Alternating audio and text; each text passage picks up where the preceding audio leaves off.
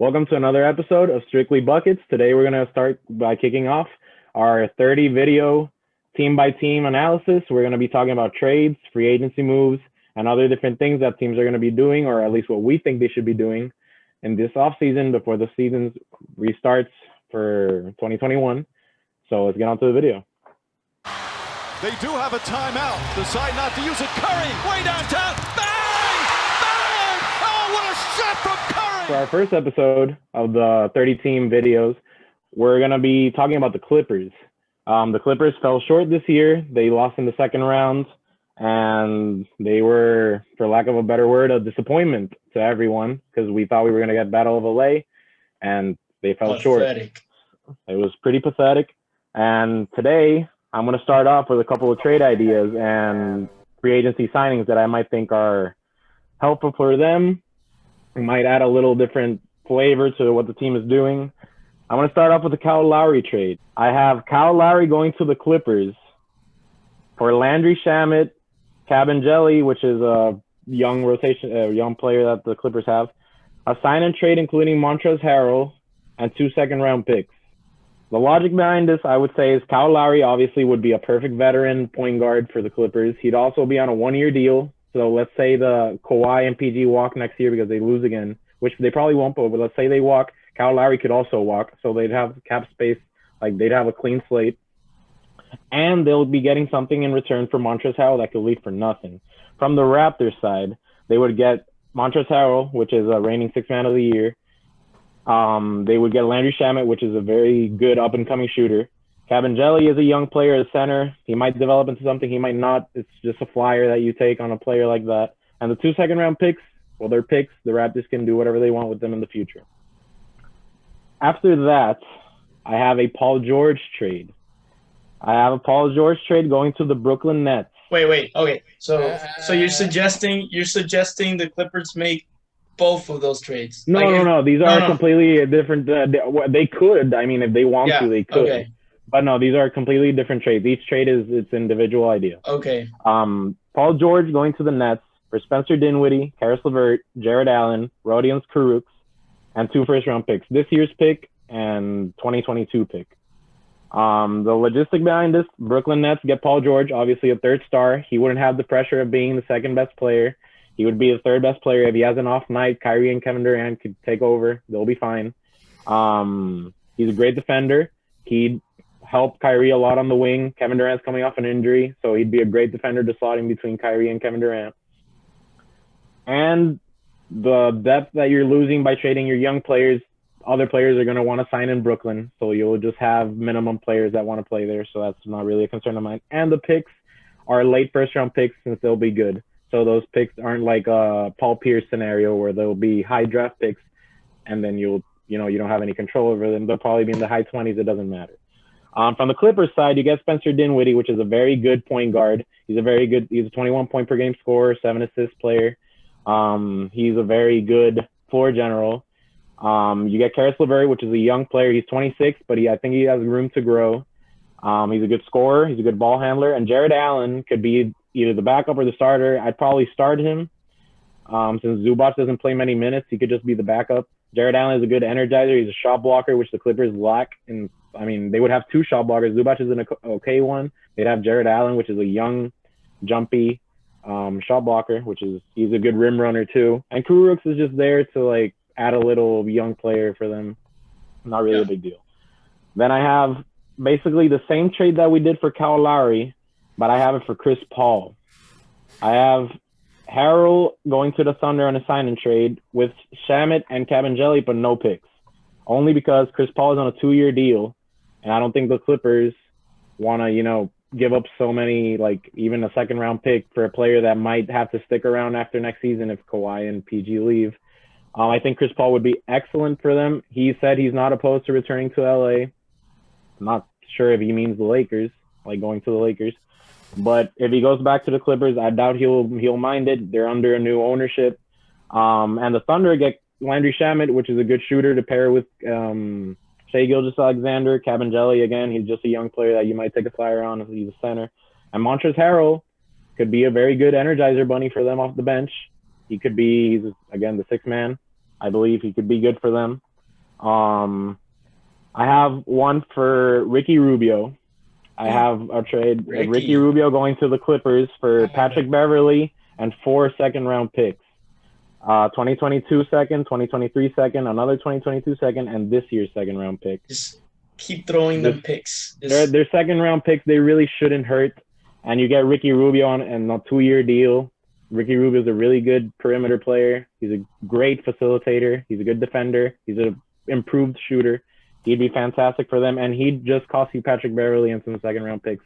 I don't think it's a big deal for the Clippers. He's like 3 times the player Bev is. So. Yeah, and Ricky would be like Milos Teodosic, but like part 2 or something. Bro, what he'd be like evolution. What? Of Milos Okay, Teodosic. anyways.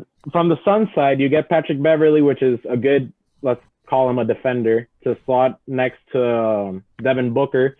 You'd obviously add more playmaking responsibility to Devin Booker, but I think he could handle it. And you get 4 second-round picks, which, they're picks. You could use them to trade for someone else or whatever. And the final 2 trades that I have, I'll be real quick with them. I have Montrezl Harrell sign and trade for Terry Rozier. Montrezl going to the Hornets and Terry Rozier going to the Clippers. I think the Clippers get a scoring point guard, a somewhat good floor general for them. And the Hornets get a 6th man of the year center, which they have lacked the center position for God knows how long, since Cody Zeller has been their center since 2013. So they get a good center, a good energy player. He's a veteran. I think he'd be good. I think there was rumors of him going there anyway. So the Clippers get Terry Rozier back for him, and the Hornets open space for Devontae Graham to grow and develop more as their leading guard. And the final trade I have is Montrezl going to the Hawks for a sign and trade, including Jeff Teague and the contract of Dwayne Dedmon and a 2nd-round pick going to the Clippers. Jeff Teague, again, floor general. He's a point guard. He's a veteran. He'd be a good player for them. Dwayne Dedmon is a floor spacer, a shot blocker. He's a okay veteran. He'd be a good backup for them. And the 2nd-round pick is just there to, compensate for Harrell being better than both of those players. So, and that would be all for my trades. I'll get into free agency signings once you guys get to speak a little bit about any trades that you guys have. But yeah, Jose, you can take the floor. Well, first of all, I thought about 2 Paul George trades. One of them you already mentioned, which is the Nets trade. I think this is the ideal one for both teams, for both teams involved. I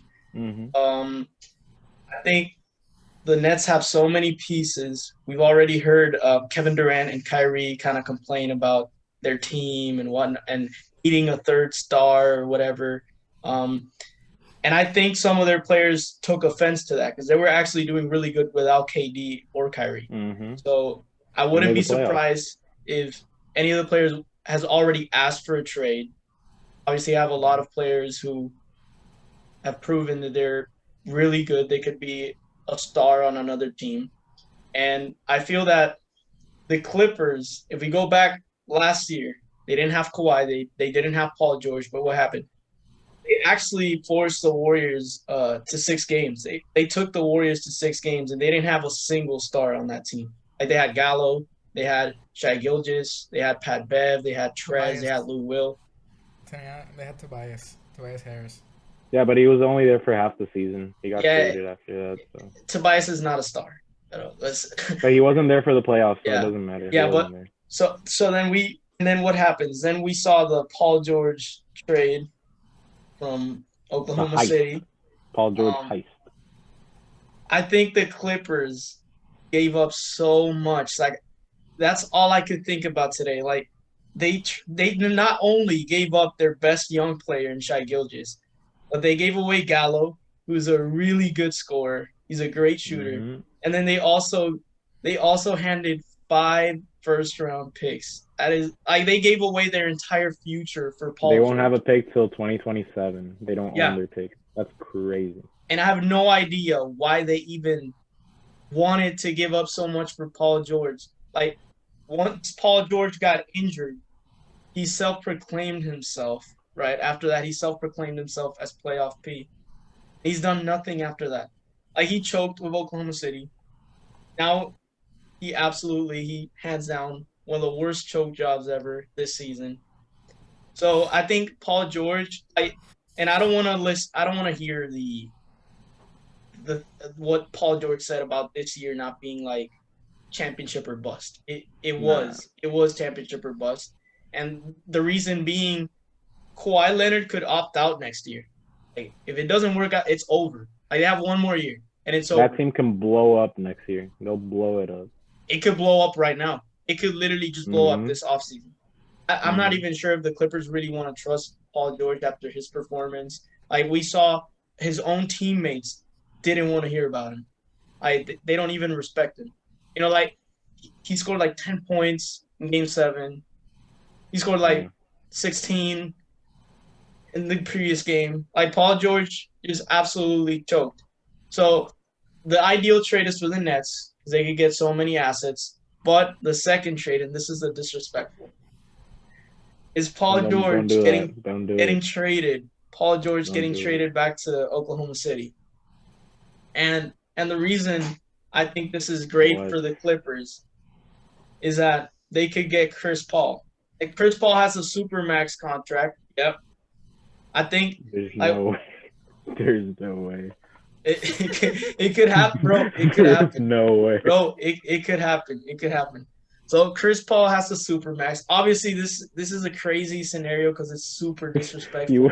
You went from me trading Harrell and Shamet, and you traded Paul George. I traded Shamet and Harrell for CP3. You gave away your entire future just to trade him back to his previous team. It's disrespectful, yeah.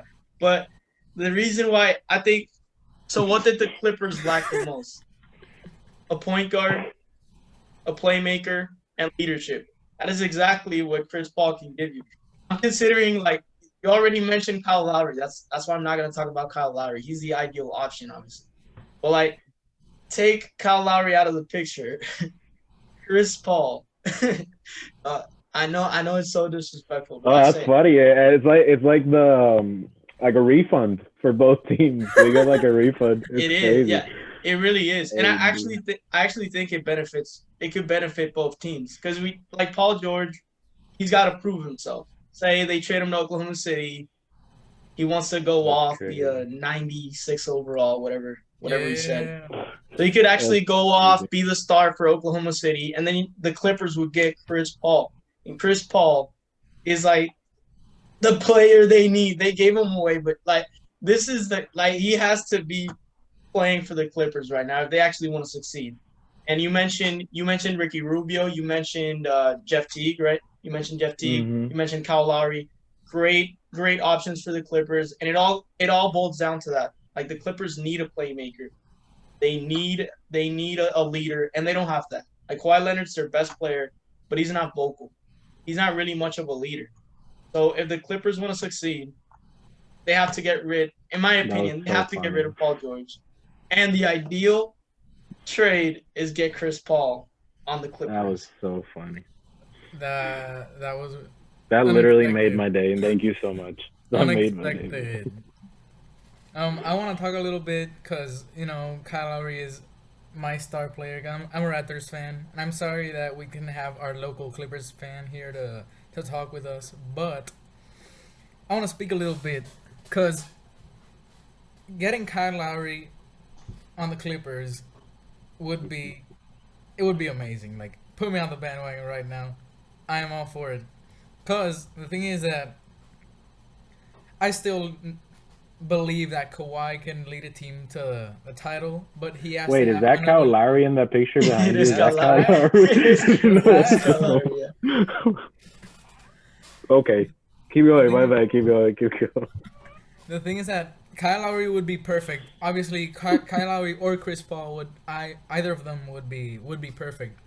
But I think of Kyle Lowry and I think Patrick Beverley defense may be better. And what? Like, Kyle Lowry is a equal or better defender than Patrick Beverley. He's much better. He's much better. He's 1,000 times better. And you have good leadership. Like, I am 100% certain that the leader of that championship team last year was not that man. It was obviously Kyle Lowry. It was not Kiwi. Like, they need that guy. Kyle Lowry's a dog, man. I love that dude. The thing is that I don't know what the Raptors would get back. Me thinking as a Raptors fan, I would not one of the trades that Kevin said was getting Montrezl Harrell on the Raptors. And Landry Shamet and some picks. Man, It's not a good trade for Toronto, bro. I mean, obviously, obviously not to compete, but if they want to be okay, I mean, get something for Lowry, and if you get rid of Lowry, I mean, the thing is, but like you do him right by sending him to the Clippers because he'd be okay with that. You'd be doing him a favor. Yes. And you get something for him because he could leave next year, So that was the whole idea behind it. I mean, I think if Lowry doesn't get traded, I think he's like a lifetime Raptor. Like he's a lifer. He should be. No, he should. Yeah, I think he's a lifer. Yeah, I agree. I don't think he will be, but he should. The other trade that was mentioned was the Ricky Rubio one. I think that would be a very good trade as well because Ricky. Wasn't he like the FIBA MVP or something? Like yeah, Ricky Rubio is a dog, bro. Ricky is really good, really good, and I think that he would be very good on the Clippers as well because they also like Kyle Lowry. Ricky Rubio is also a point guard. Ricky Rubio can play some defense as well. Yeah, and he's cheaper too. Not as close, not on the level of Kyle Lowry as a shooter or as a player, but he's still better than what they have. And I have a question. Like, do the Clippers have Reggie Jackson under contract for next year? No, he's a free agent, unrestricted, and they won't be able to sign him because they don't have cap space, and Mm-hmm. Yeah, that's why I really didn't look much into free agents. Like they kind of have to trade. No money. They kind of have to trade. Like they have no if they want to change their team, they have to trade. Like they have Reggie Jackson as a free agent who they can't re-sign because they don't have bird rights on him. Marcus Morris, I don't think they have bird rights on him, but I think they can re-sign him for some reason. I'm not sure. And Montrezl Harrell is a free agent too. So now I want to say this. I want to say something quickly. Like I hope the Clippers do trade away Paul George, but I don't want to see them like building an entirely new team. Like the reason they weren't successful this year is because obviously there were a lot of egos flying around, especially, and I think Montrez and Paul George had a lot to do with that. I think those are the two guys that kind of have to go, but they can stick with the core. Just run it back. There's no real reason to break up the team. I think for what I've heard on the media and online and stuff, I think Kawhi is mostly to blame for the disconnect between the team. Because they've been talking about him missing practice, being late to plane flights, missing games, obviously, as he does because of his condition. And asking for a new PG. Yeah, no, but seriously, like what I've seen online and from reporters and articles is like Kawhi, like last year they had good chemistry because they were all just a good bunch of overachievers. Yeah. And then Kawhi gets here and he has all these privileges of missing practice, missing games.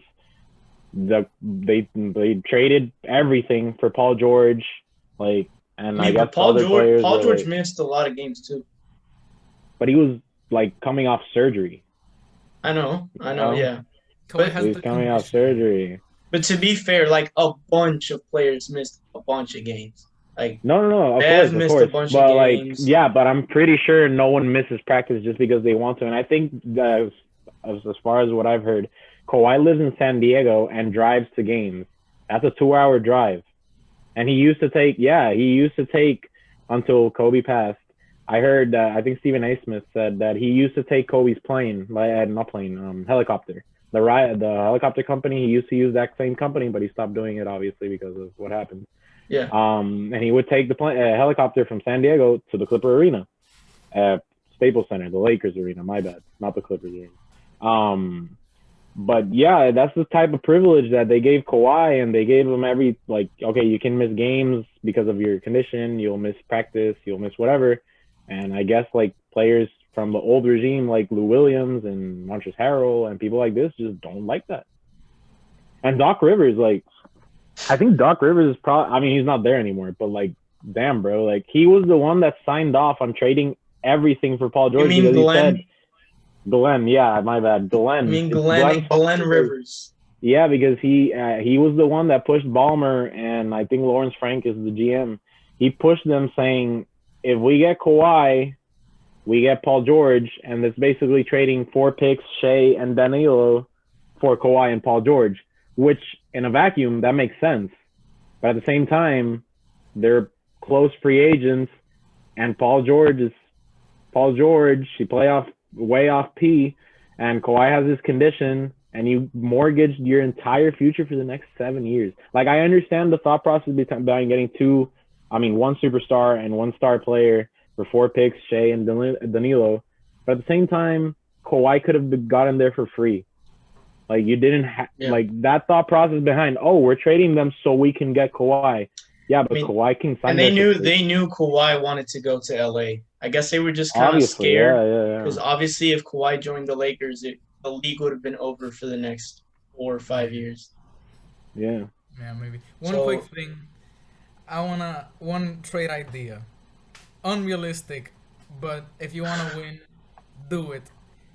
Trade this man here, playoff P, find a way to get Kyle Lowry, and find a way to, when you trade playoff P, get not so spicy Pascal Siakam, and rebuild the Raptors core in LA. You're saying what do you do, you're saying a PG for Kyle Lowry and spicy PG for Siakam. No, he says yeah.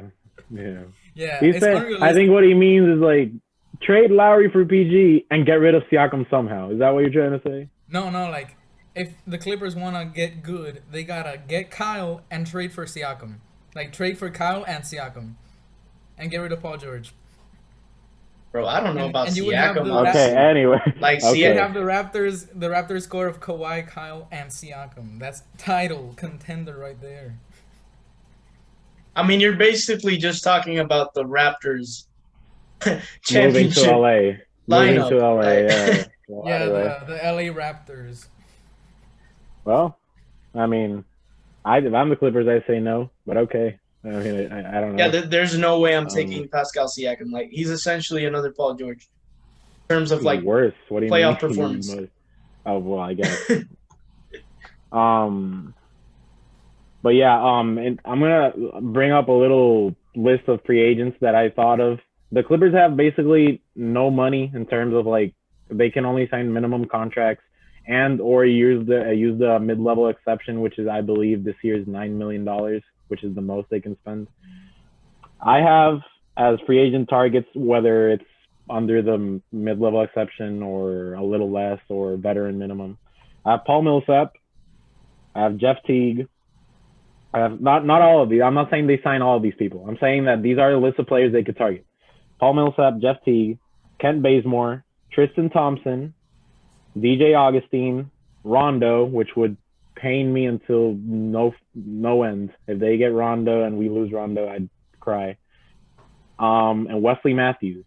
Obviously, Paul Millsap would be their best power forward. Who was their power forward this year? I think Kawhi was playing power forward. There's no way they're getting Paul Millsap. I mean, if they sign it, they could sign him for $9 million. The whole mid-level exception. I know, but the thing is, the Clippers are coming off a disaster. I don't think they're really gonna attract many veteran free agents. Nah, I think so.